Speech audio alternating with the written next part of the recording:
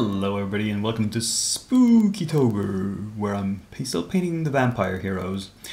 You're looking at a close-up of Ilona here, who has had mostly just some base coats applied, which is why she looks rather dark. See, for me, base coats usually mean the shade layer, and I layer up from that. The skin is not done anything with, and the hair is actually base coat. It's going to be shaded down, as is the sword. The gold is pretty much done. The gold parts of the armor. This is not a complex figure. The challenge of it, such as it is getting the flow of the cloth to look nice, the folds of cloth, and the cloak and the dress. And figuring out exactly how dark or bright do I want the red and the blue to be. Now, the rider here, he's really difficult to mount for painting in some reasonable way. Now this, I've painted the base coat of the armor and I've shaded it. I've yet to highlight it back up. I think the red needs some highlights, honestly. The gold or bronze, meh, I can probably leave as it is right now. It doesn't need to be super bright, it doesn't need to pop. The face and the hair, I think I will save painting that until it's mounted on the Pegasus. It'll be easier once he's sitting on his mount. Which I will do as soon as I've finished painting the armor and mostly finished painting the Pegasus.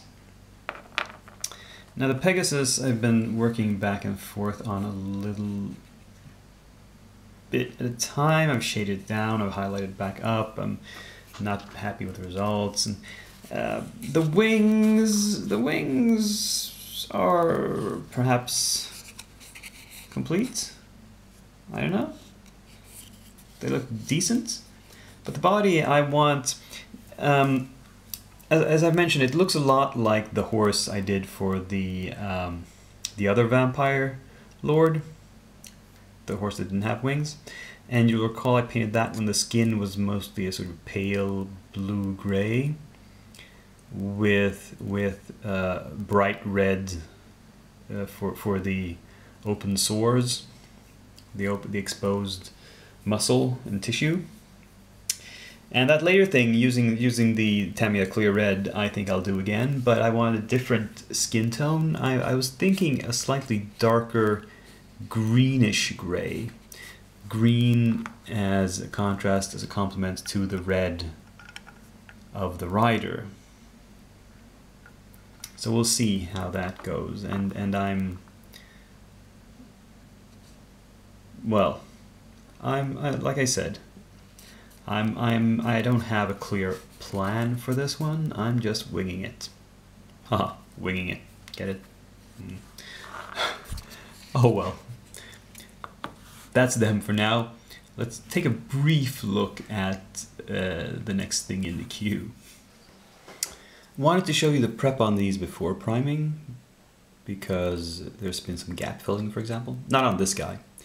This guy's just been cleaned up, and I'm happy to report that cleanup was easier than I thought. First impressions were that there was a lot of extraneous material, but it turns out there was really not much in the way of mold lines at all. What there were little burrs, like little tiny fragments of metal sticking off, and they were very easy to just shave off. And that was most of it. And so, yeah, this game came out very cleanly. I can see a couple of places here where I still need to polish the edge here before I prime, but that's fine. Similarly, this one piece miniature was fine, no problem at all. And for the assembled pieces, this one has a kind of an odd... The banner has to be placed at an odd angle not to intersect too much with the plume on his helmet. But the interesting thing here is I've filled, I don't know if you can see, there's some white there. That's milliput. That's this fine white, super fine white milliput. And what I've discovered, I criticized milliput a lot in that video a while back, but as with everything, it has its uses. You just have to find what those uses are. And I've been experimenting, and I have found that, for example, on this mini, it was essential because this figure had to be attached to this sort of stand somehow, and the connection was really, really bad. I tried pinning, it was impossible to find a good angle to drill, so I just glued it on as best I could, and then I tried to strengthen the bond.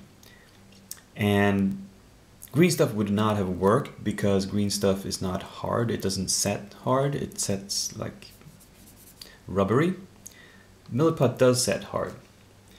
And so I've sculpted milliput around the connection point here, all the way around.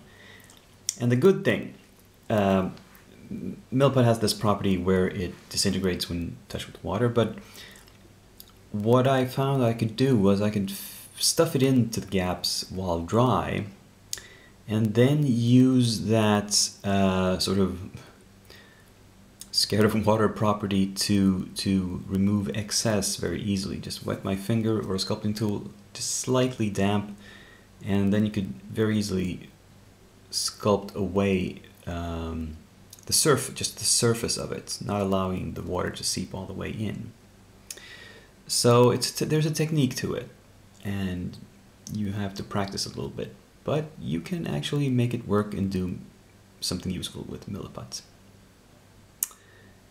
Next up, priming and painting these.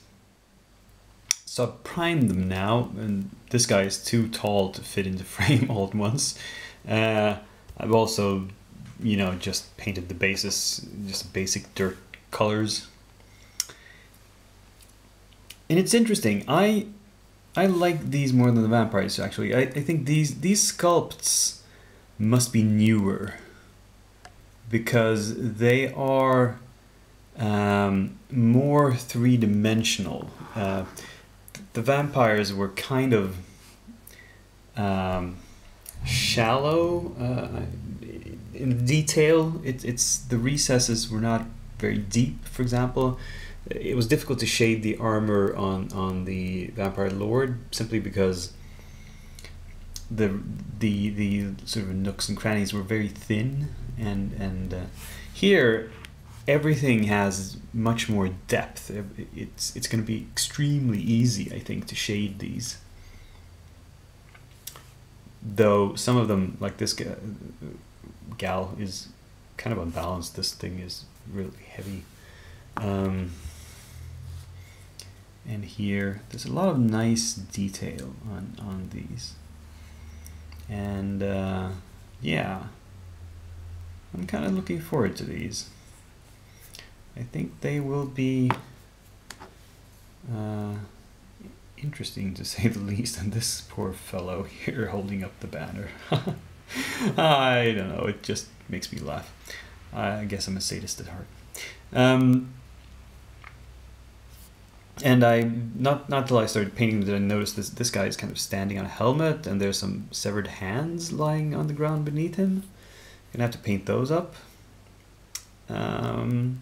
Yeah, these are much more advanced, actually, than those vampire models. Even Ilona. I mean, Ilona, it's kind of unfortunate that this must be a really old model because it is in a cheaper resin, which means like this sword is impossible to straighten. It's just slightly bent and wobbly, and there's a few other things about this mini that I don't really agree with.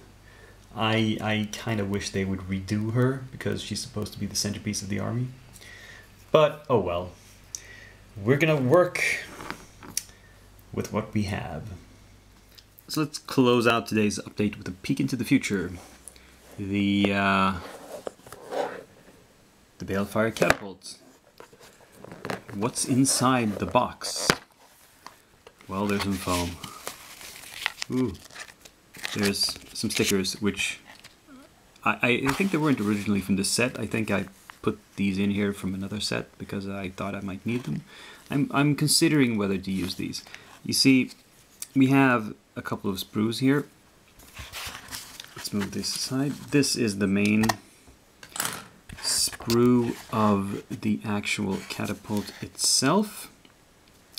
You see the pieces, and they include, the front here has a couple of shields on it. Now, I'm not sure whether I want to use the stickers. They seem to use them here on the artwork.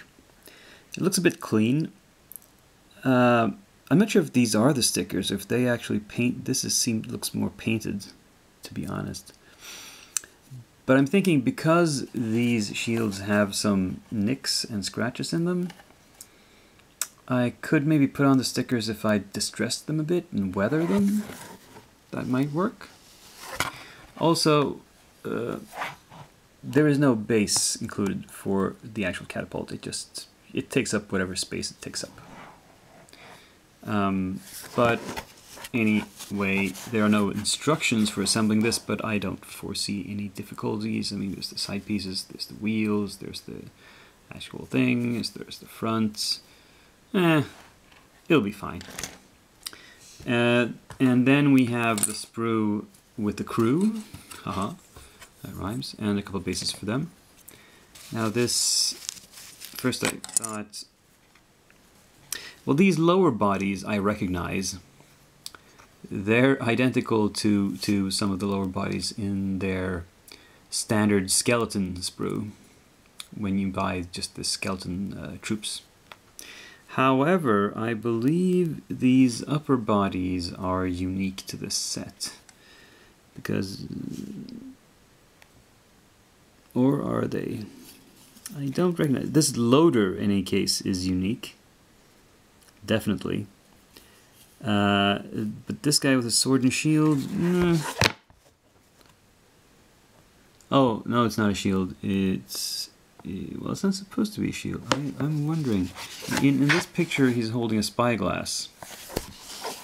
It's possible that there's options. I'm trying to figure out... Yes, there's the arm with the spyglass. There's a different arm. There's an arm with a shield. There's an extra head. Why is that? And here's an whole extra upper body. This is odd. There's a bunch of extra pieces in here. I mean, it's... Oh, maybe the head is for... No. No, that head is on the catapult sprue. And so... well, more stuff for my bits box anyway. So... I'll have to look closer at this before I decide how to assemble it and what to do about it. But you gotta first look at it. And I think that's enough chatter about the Spookytober for one day. So until next time I see you, this is Dakion, and I'm signing off.